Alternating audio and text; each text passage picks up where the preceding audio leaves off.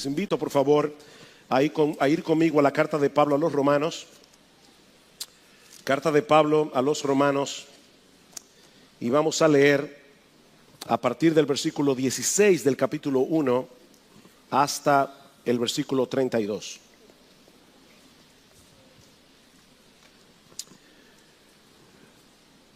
Porque no me avergüenzo del Evangelio, porque es poder de Dios para salvación a todo aquel que cree, al judío primeramente y también al griego.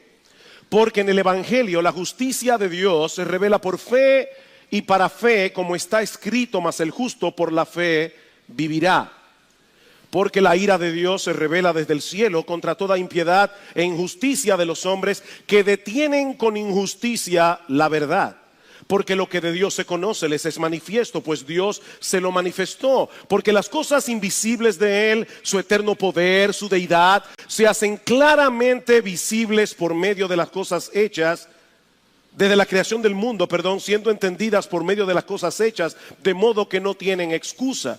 Pues habiendo conocido a Dios, no le glorificaron como a Dios, ni le dieron gracias, sino que se envanecieron en sus razonamientos y su necio corazón fue entenebrecido. Profesando ser sabios, se hicieron necios y cambiaron la gloria del Dios incorruptible en semejanza de imagen de hombre corruptible, de aves, de cuadrúpedos y de reptiles, por lo cual también Dios los entregó a la inmundicia en la concupiscencia de sus corazones, de modo que deshonraron entre sí sus propios cuerpos, ya que cambiaron la verdad de Dios por la mentira, honrando y dando culto a las criaturas antes que al Creador, el cual es bendito por los siglos. Amén. Por esto Dios los entregó a pasiones vergonzosas, pues aún sus mujeres cambiaron el uso natural por el que es contra naturaleza, y de igual modo también los hombres, dejando el uso natural de la mujer, se encendieron en su lascivia unos con otros, cometiendo hechos vergonzosos hombres con hombres y recibiendo en sí mismos la retribución debida a su extravío. Y como ellos no aprobaron tener en cuenta a Dios, Dios los entregó a una mente reprobada para hacer cosas que no convienen, estando atestados de toda injusticia, fornicación, perversidad, avaricia, maldad, llenos de envidia, homicidios, contiendas, engaños y malignidades, murmuradores, detractores, aborrecedores de Dios, injuriosos, soberbios, altivos, inventores de males, desobedientes a los padres, necios, desleales, sin afecto natural, implacables, sin misericordia. Quienes, habiendo entendido el juicio de Dios, que los que practican tales cosas son dignos de muerte, no solo las hacen, sino que también se complacen con los que las practican.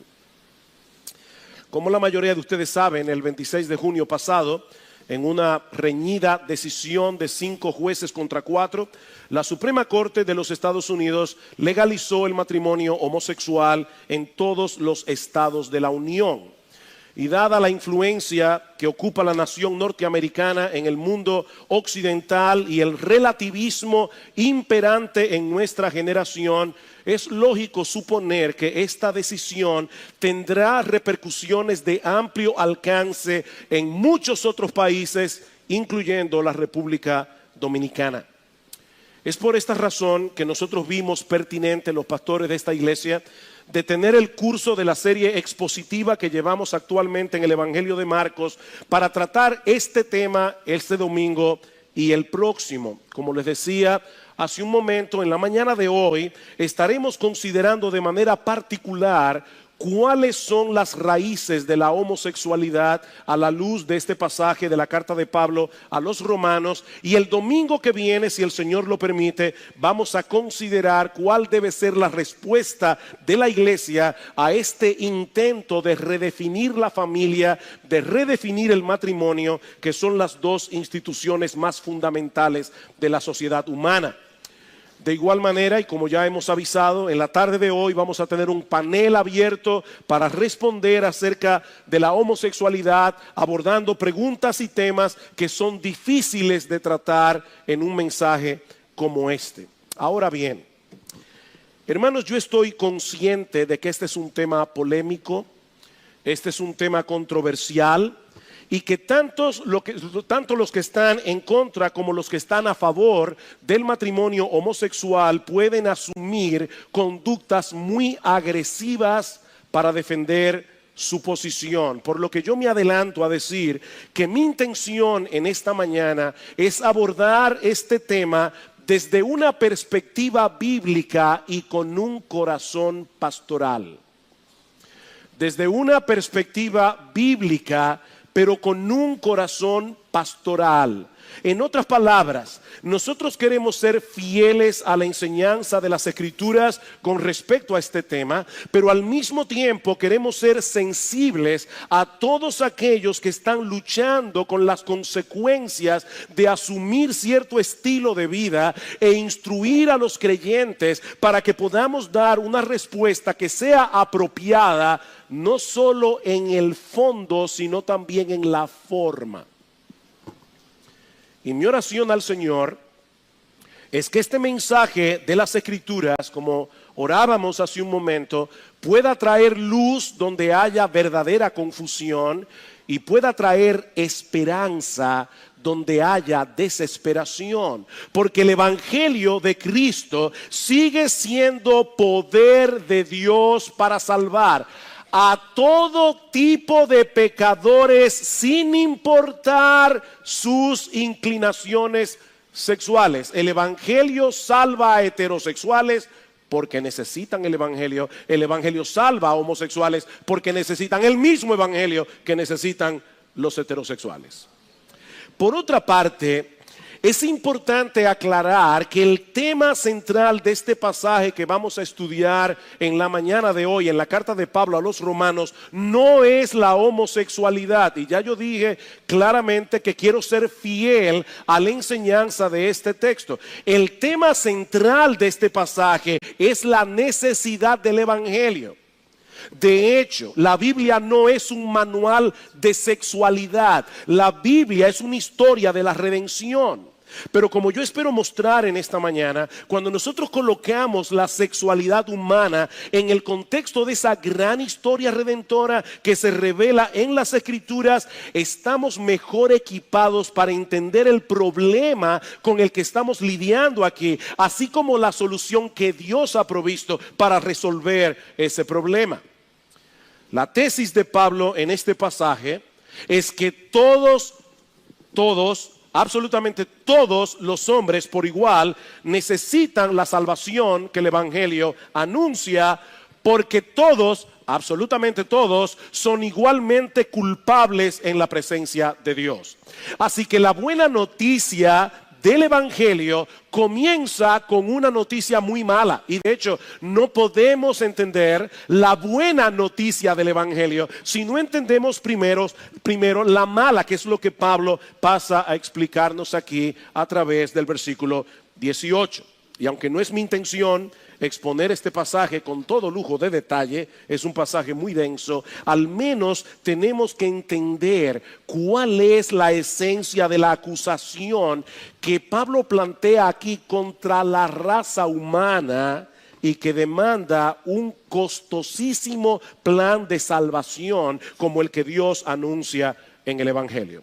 Nosotros encontramos básicamente dos cosas en este pasaje: una acusación general seguida por un desglose más específico, más concreto de esa acusación general. Versículo 18. Porque la ira de Dios se revela desde el cielo contra toda impiedad e injusticia de los hombres que detienen con injusticia la verdad. Porque lo que de Dios se conoce les es manifiesto, pues Dios se lo manifestó. Porque las cosas invisibles de Él, lo que no podemos ver de Dios, su eterno poder y deidad, se hacen claramente visibles desde la creación del mundo, siendo entendidas por medio de las cosas hechas, de modo que no tienen excusa. El cargo de Dios contra toda la raza humana es muy contundente. Él se ha revelado a todos los hombres a través de la creación, en una forma muy evidente, y más adelante Pablo va a añadir que Dios también se ha revelado a través de la conciencia humana. Todo hombre tiene una conciencia, todo hombre tiene la noción de bueno y malo, y que lo bueno debe ser alabado, lo malo debe ser castigado. Eso es un testimonio de Dios en la conciencia del hombre, pero el hombre ha tomado la decisión de resistir esa revelación divina con todas las fuerzas de su corazón. Como un artista que desea ser conocido, Dios ha puesto su firma en todo el universo que Él creó y le dio al hombre la capacidad de entender esa evidencia. Esa es la verdad que el hombre ha detenido con injusticia. Por supuesto, eso no quiere decir que la creación nos revela todo lo que necesitamos conocer acerca de Dios. Pero Pablo está diciendo que revela lo suficiente como para saber que Él existe, como para saber que Él es digno de ser adorado, como para saber que Él es digno de ser obedecido.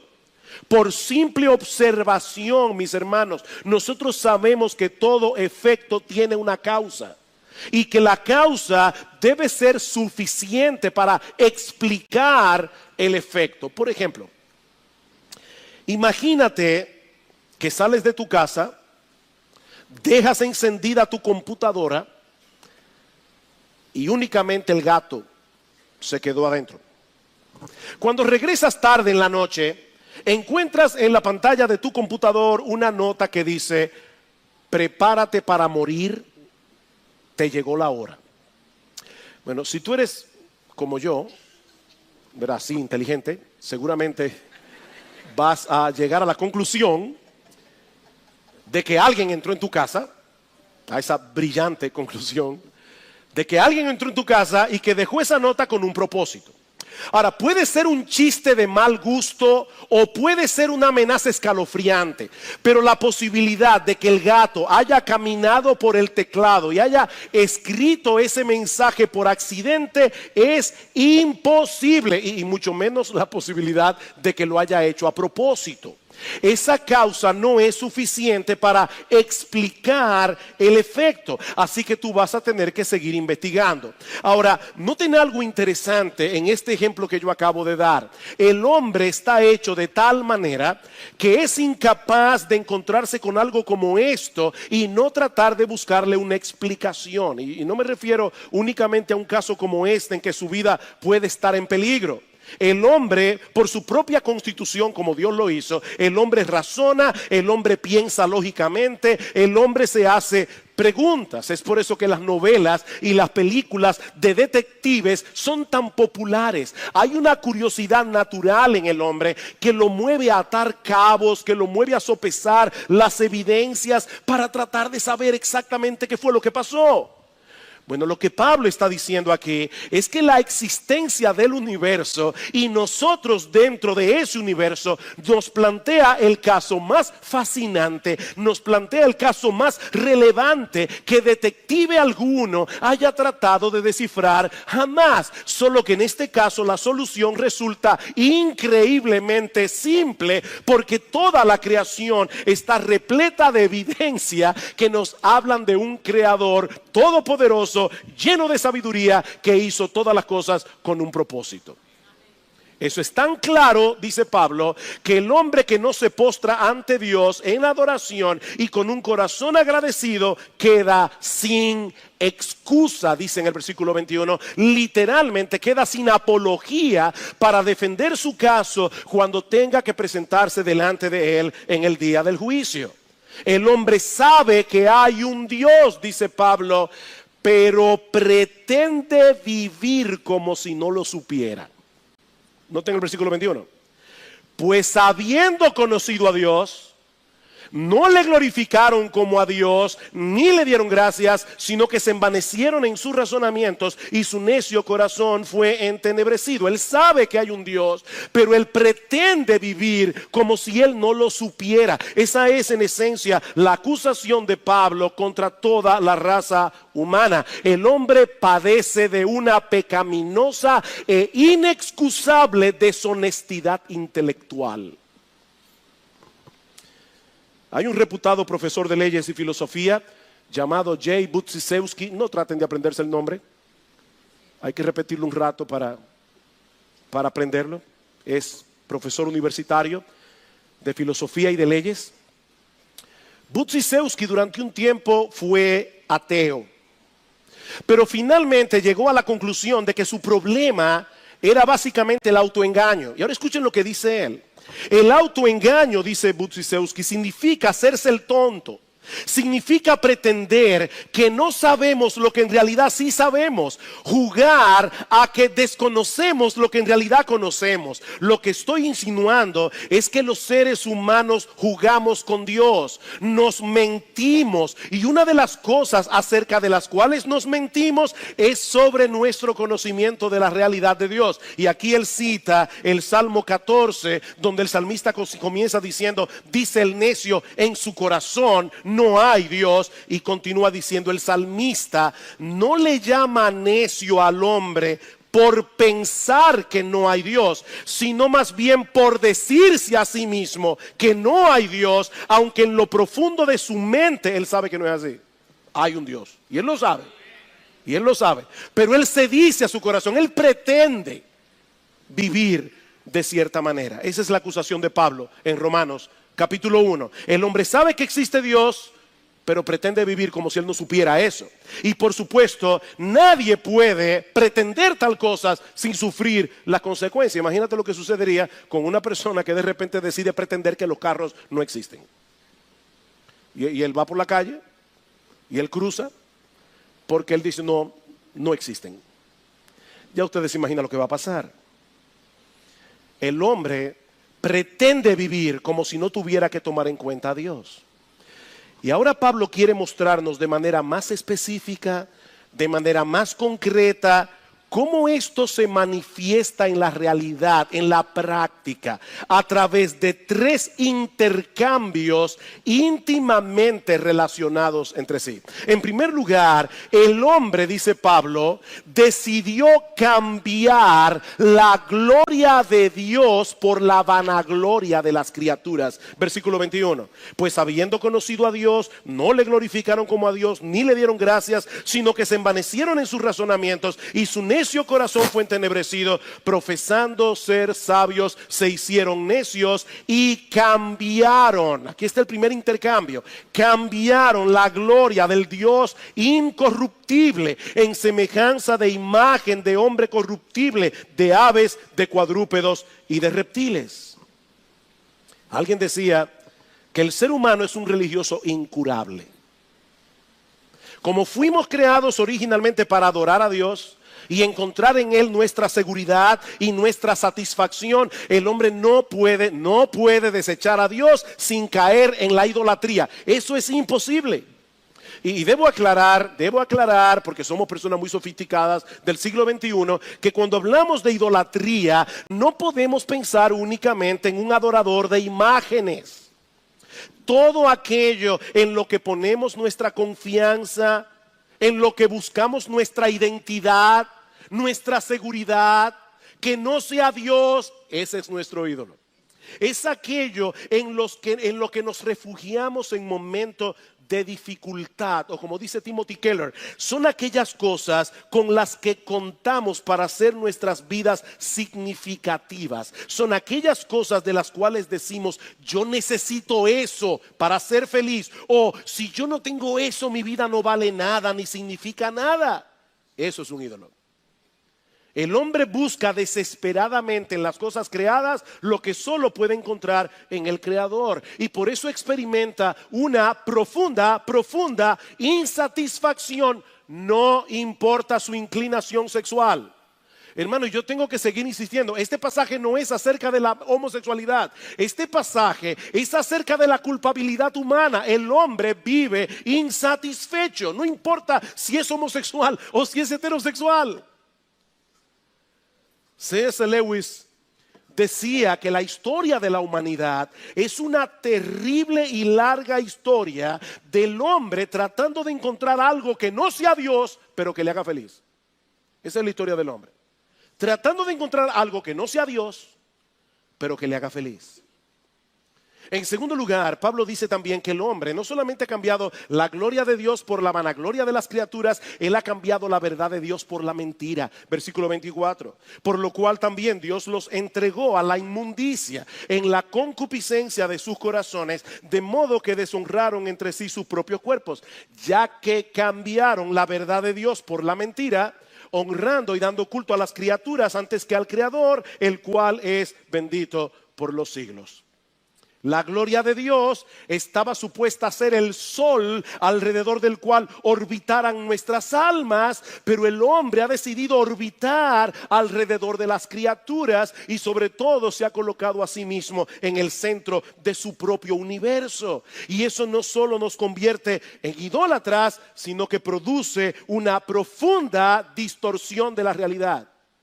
Una profunda distorsión de la realidad. El hombre ha cambiado la verdad de Dios por la mentira, en el sentido de que ha decidido poner a un lado al Creador, descansar en la criatura.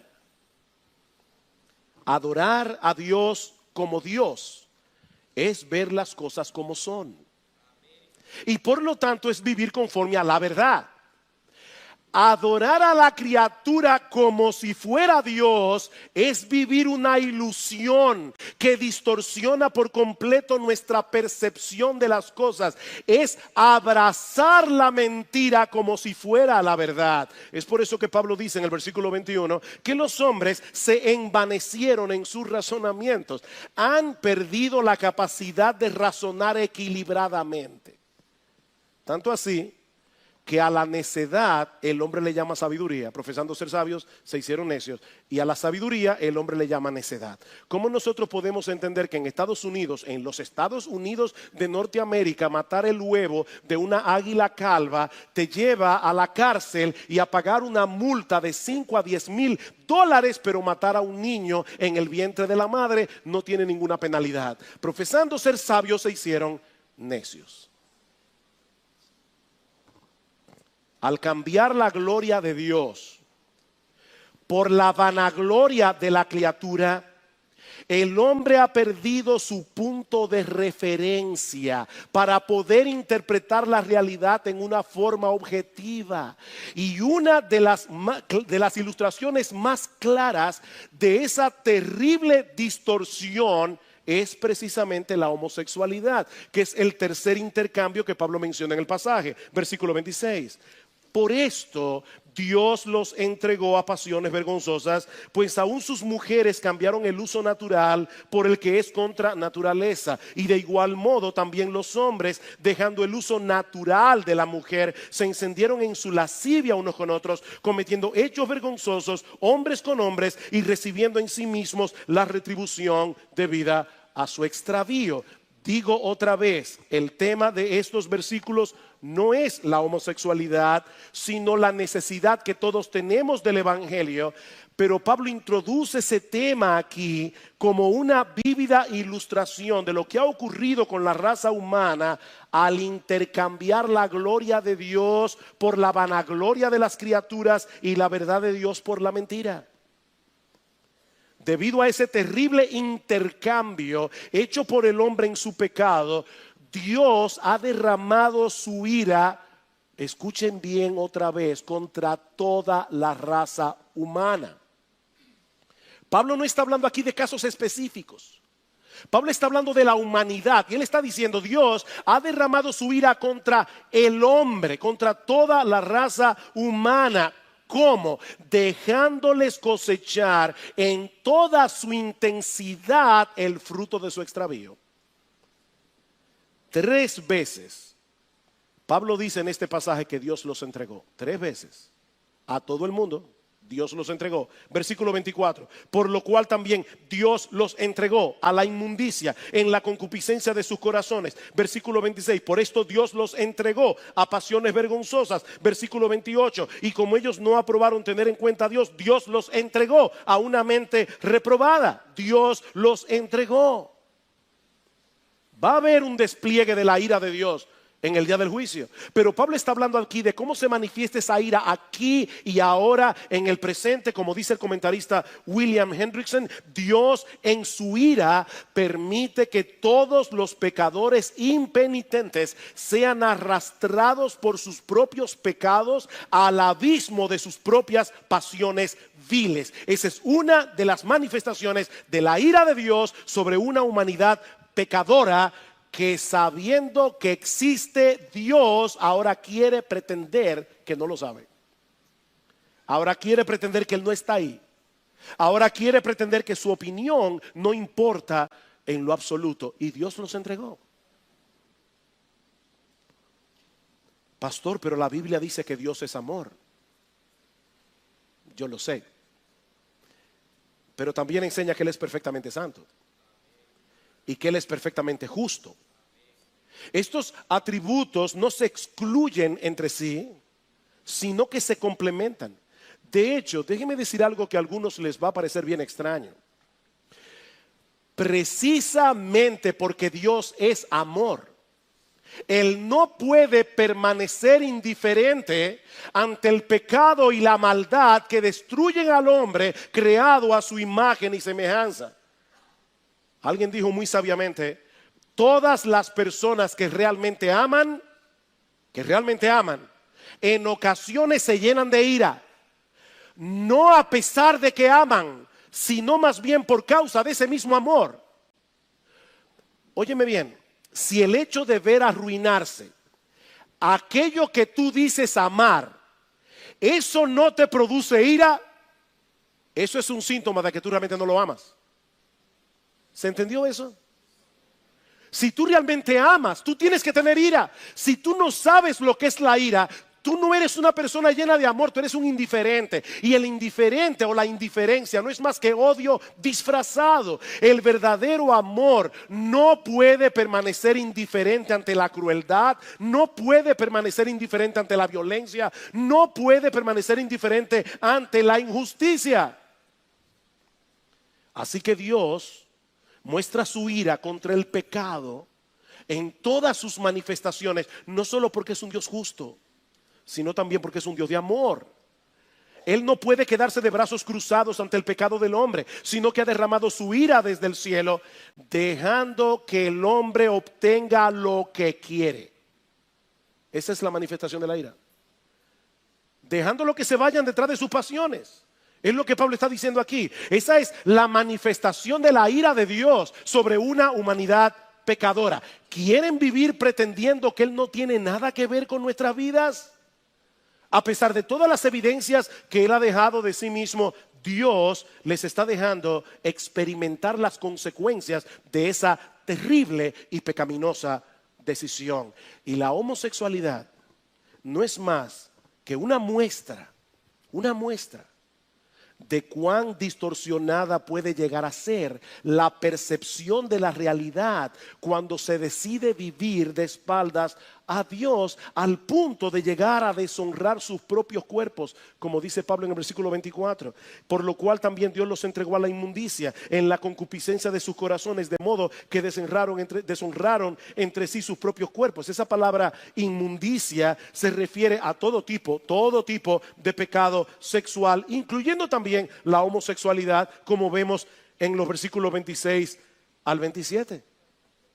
Y noten que los términos que Pablo usa en los versículos 26 y 27 para referirse a este pecado específico. En ambos versículos nos dice que son pasiones vergonzosas, que son antinaturales. Y al final del versículo 27 dice que es una conducta extraviada que trae consigo inherentemente retribución o castigo de parte de Dios. Y yo creo que de lo que Pablo está hablando allí no es del SIDA. Cuando Pablo dice en el versículo 27, recibiendo en sí mismos la retribución debida a su extravío, lo que Pablo está diciendo es que la perversión misma es parte del castigo. Es un pecado que lleva a más pecado, y esa es parte del castigo de Dios. Pero yo sé que estas palabras son fuertes, pero hermanos, eso está en la Biblia. Esa es la opinión de Dios. revelada en las Escrituras. La conducta homosexual es una violación al orden establecido por Dios cuando Él hizo al hombre para la mujer y a la mujer para el hombre. Es en ese sentido que Pablo está usando aquí la expresión contra naturaleza.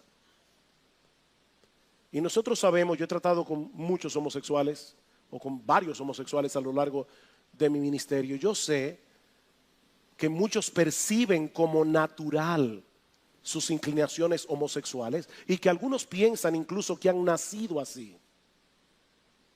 Pero quiero decir esto con todo cuidado. No son nuestros deseos, por más fuertes que sean, los que definen nuestra naturaleza.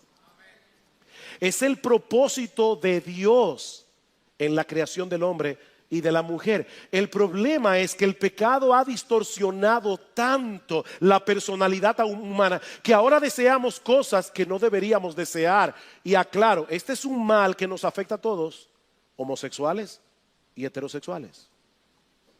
A todos. El deseo de un hombre casado por otra mujer que no sea su esposa no hace legítima la poligamia.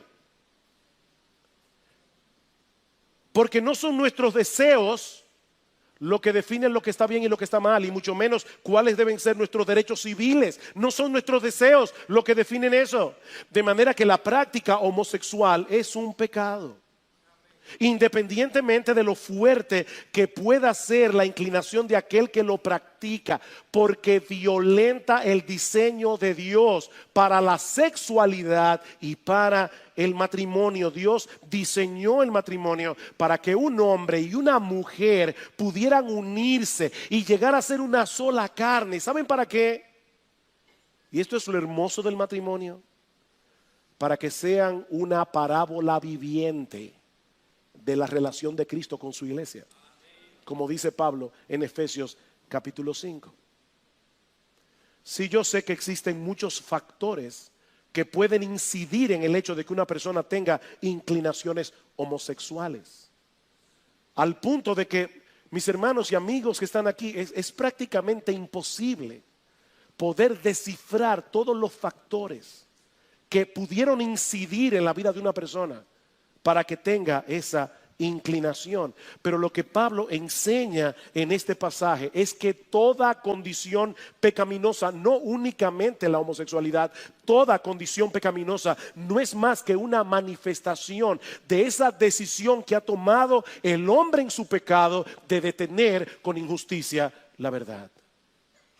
Y de hecho, noten, hermanos, y aquí hablo a los creyentes, que la homosexualidad no es el único pecado que se condena en este pasaje como fruto de esa fatal decisión tomada por el hombre. Escuchen lo que dice Pablo en el versículo 28: como ellos no aprobaron tener en cuenta a Dios, Dios los entregó a una mente reprobada para hacer cosas, en sentido general, cosas que no convienen, estando atestados de toda injusticia, fornicación, perversidad, avaricia, maldad, llenos de envidia, homicidios, contiendas, engaños, malignidades, murmuradores o chismosos, detractores, aborrecedores de Dios, injuriosos, soberbios, altivos, inventores de males, desobedientes a los padres, necios, desleales, sin afecto natural, implacables, sin misericordia.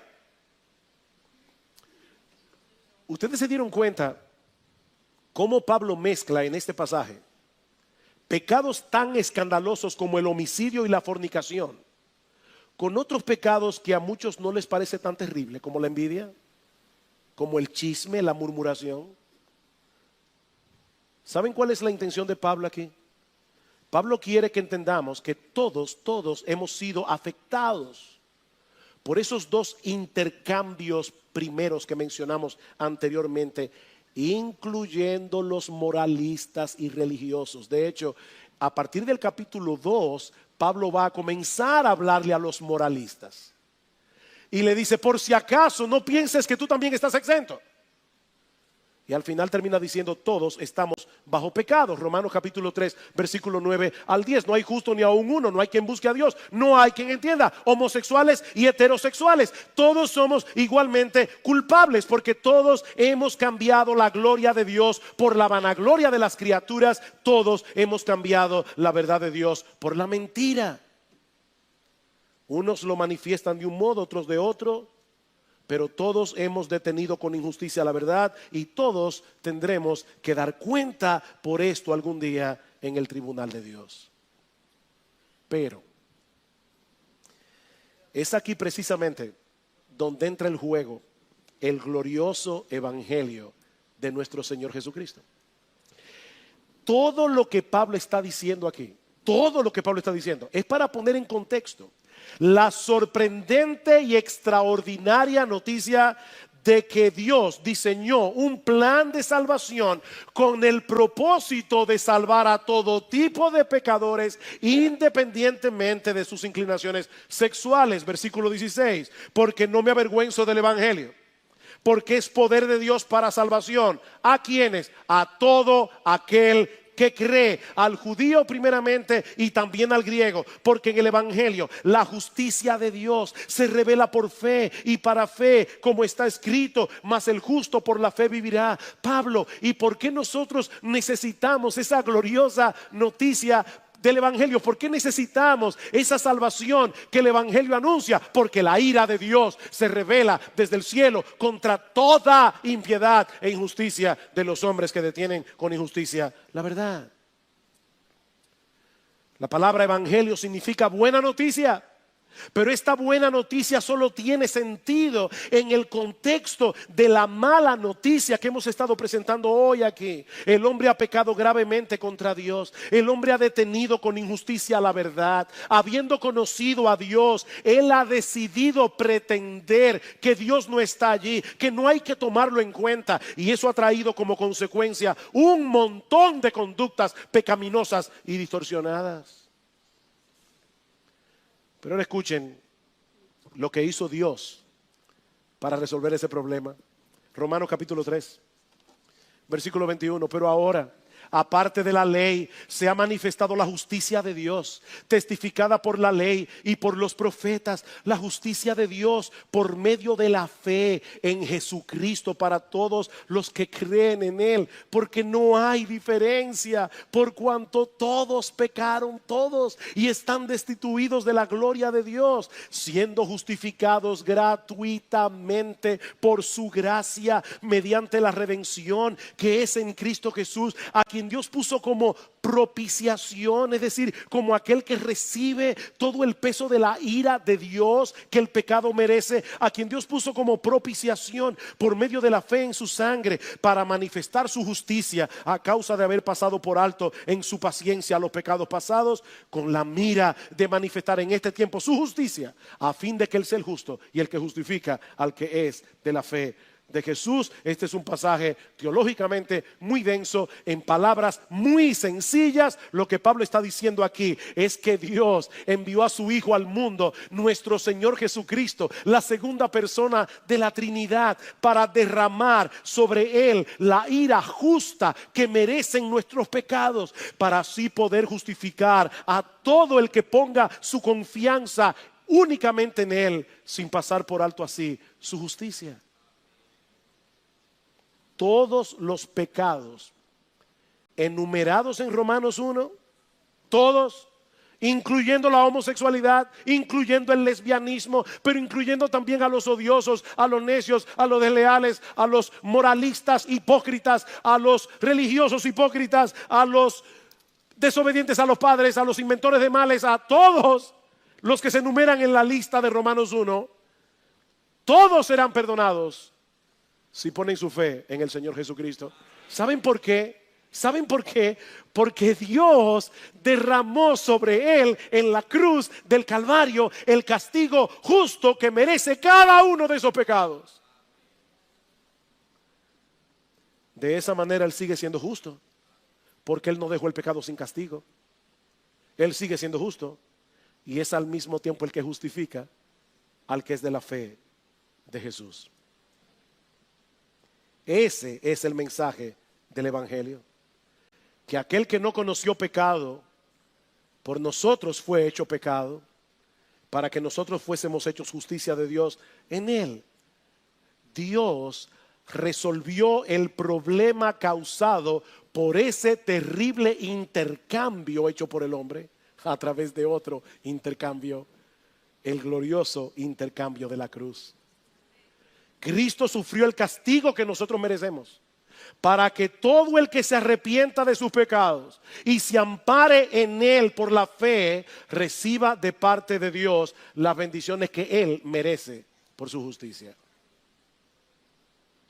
Hace un momento decíamos que Dios ha derramado su ira en este mundo caído, dejándole al hombre cosechar en toda su intensidad el fruto de su extravío. Y esa es indudablemente una manifestación de su justo aborrecimiento por el pecado. Pero ¿saben qué? Esa moneda tiene otra cara. Escuchen lo que dice Pablo más adelante en Romanos capítulo 8, versículo 18.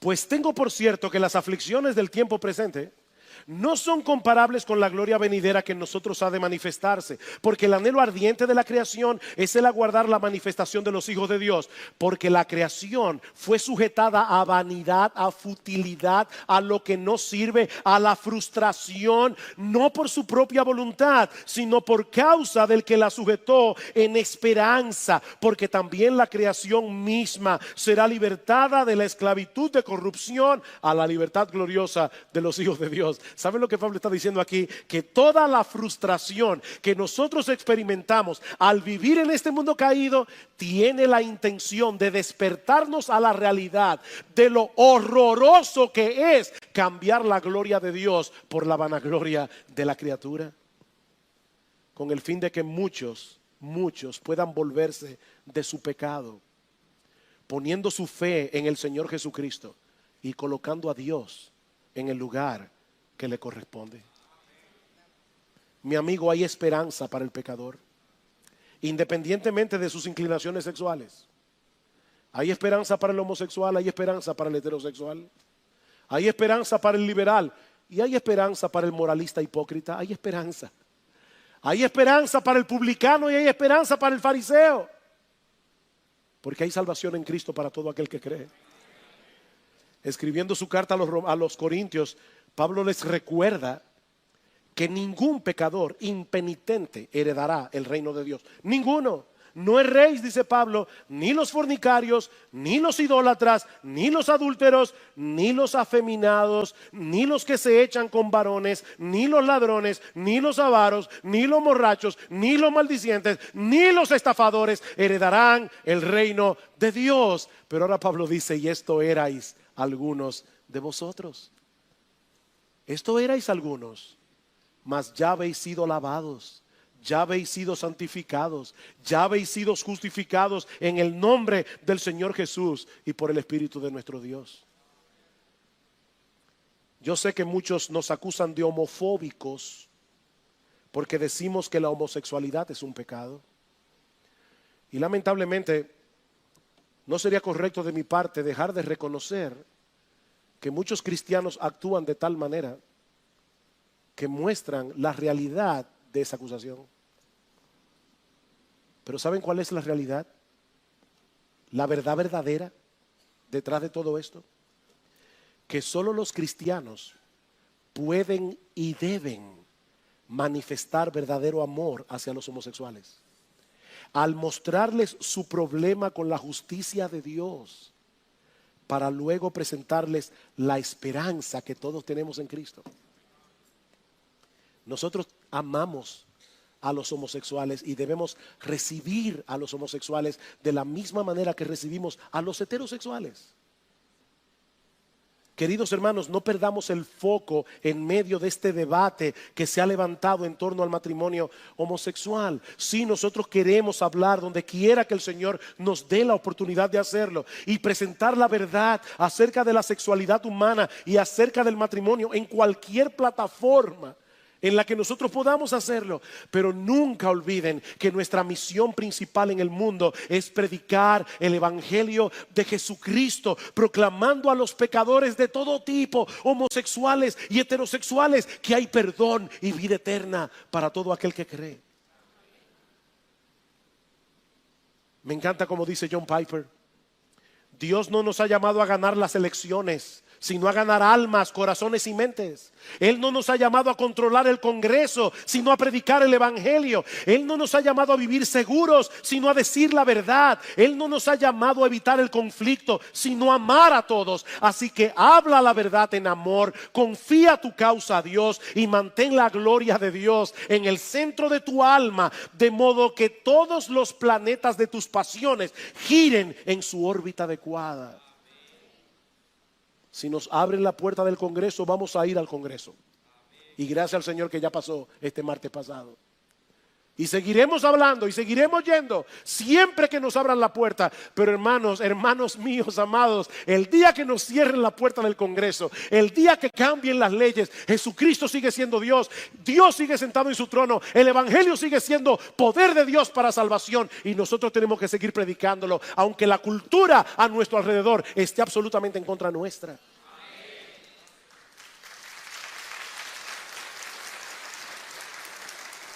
Y mi amigo, mi invitación en esta mañana a todos por igual